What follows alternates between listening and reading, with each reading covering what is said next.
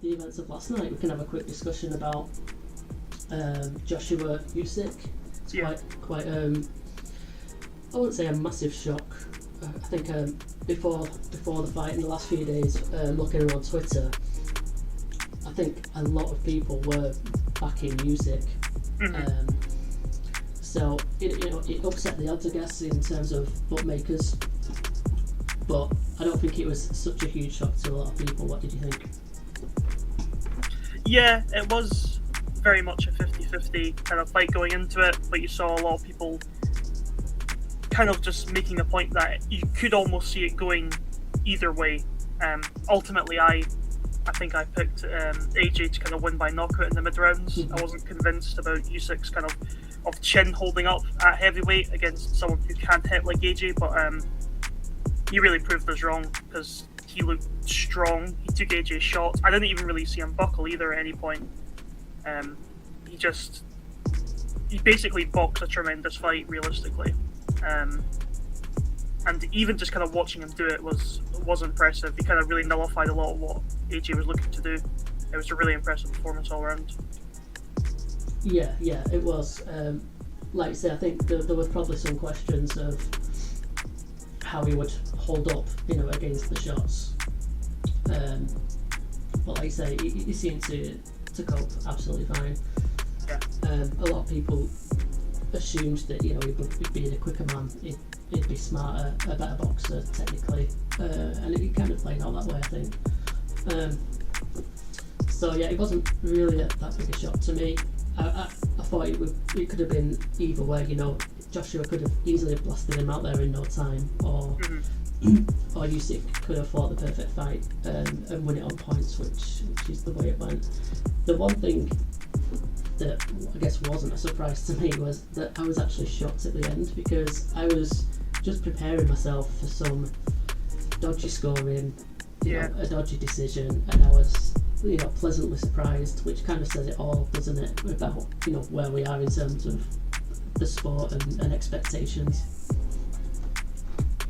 Yeah, after the Campbell Hatton fight earlier, which I saw people online with Manchester City, like logos as their profile picture, claiming how much they loved Ricky Hatton. Even they didn't think he won. So that's literally everything you kind of need to know. I thought it was destined for 12 rounds. I thought Usyk was for sure never going to get the decision, but the scorecards were pretty fair as well. I thought there was one that was kind of bang in the middle, what I had at 8-4 for Usyk. I think the other one was 9-3 and the other one was 7-5, if I recall correctly. So I think all cards were fair. One was more kind of favourable to Usyk, one more favourable to Joshua. So a great fight and a good decision to kind of highlight the night.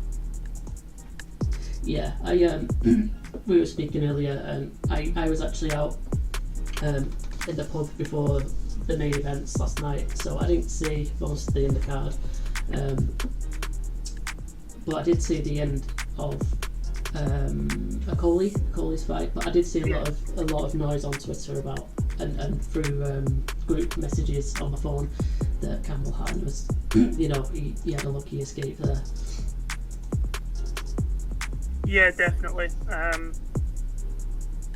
Obviously, won't talk too much about him because he wasn't the main event, but yeah, you struggle to kind of see where he goes realistically as a professional. Yeah, and I think a lot of people have said it even in these earlier fights that is he really going to be as successful as his dad? Probably unlikely, and obviously it's the same with any fighter who's the son of a legend or a relatively famous boxer, that they're going to get opportunities and chances, aren't they? So I guess we'll just have to see how he goes. Definitely. I suppose one last thing we cover about Joshua Usyk is obviously the big talk now is, will Joshua enact the rematch clause? I think he's basically hinted at the sentiment that he would look to take the immediate rematch. We've seen a few people online, I know the Trading Leather podcast have talked about this, that Joshua's not really got anywhere else to go. He kind of needs to now take that rematch and try and prove it, try and right the wrong. The truth is, from what I saw last night though, that for me, was the best I've ever seen Joshua box. I thought, he learned from what was in the Bellew fight when Usyk was like probing or jabbing with the right hand. He came down with his own right hand, right hand to kind of split the southpaw guard. Sometimes Usyk, because Usyk has the superior feet, so when he was trying to kind of, circle him, he tried to, occasionally he managed to land with like the left hook as he was coming around. Joshua had tricks up his sleeve. He was probing himself. He kept Usyk kind of guessing. He did everything he could, and he still, in my opinion, lost convincingly. I don't think you could make the case that Usyk won any less than 7 rounds. So I don't know how Joshua can make any real adjustments besides that to even make the rematch closer. Yeah. I don't see what he can do differently. Yeah, it's like you say, he did well with what he did put out there, but it was just against a better technician, wasn't he? And that's always going to be the case. It has kind of blown the heavyweight division open. I don't know if it's for the better or not, because for seemingly forever we've had issue after issue of getting these big fights made. Wilder and Joshua went on for ages and ages. Will they? Won't they? There's not enough money, or one side said yes, the other side said it's not enough, and there was just constant excuses. And when Fury came in and kind of, he sank that ship by just drawing with Wilder, which really should have won in the first fight. That then propelled him right up. It made Wilder versus Joshua, if that ever came to fruition, it just took the shine off it, because that could have been the biggest spectacle in sport. Two huge sluggers. It's a case of who lands first wins. And not to take anything away from Fury, he's a great fighter obviously, but he just doesn't have quite that same excitement. That fight never came around, and now we're going to have 3 Fury and Wilder fights. Joshua's now in a bit of limbo, and I guess Fury and Joshua could still have a good fight, a big fight. It would definitely still draw a crowd, but I think the gloss has been taken off it now that Joshua's suffered this loss, and Usyk's now the main man at the top of the table. Yeah, I agree with that. I think obviously we're both from the kind of UK. Obviously last year when there was serious talk before obviously Fury Wilder 2 was announced, that there was a chance of Joshua Fury unification. It is the event though. It's going to do 90,000 Wembley easily. It's going to be like most expensive pay-per-view. It'll be the biggest pay-per-view in the kind of history here.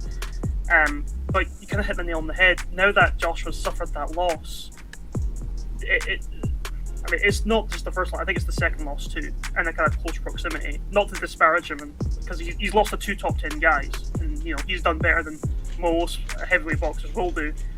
But it's not the same anymore, because even if it does get past Usyk, Fury's going to be the overwhelming favourite now, because you can just imagine with Fury, his range, what you saw in the second Wilder fight as well, when he puts his foot on the gas and he commits to his shots, he could do some accumulative damage. And you saw what Usyk did with accumulative damage.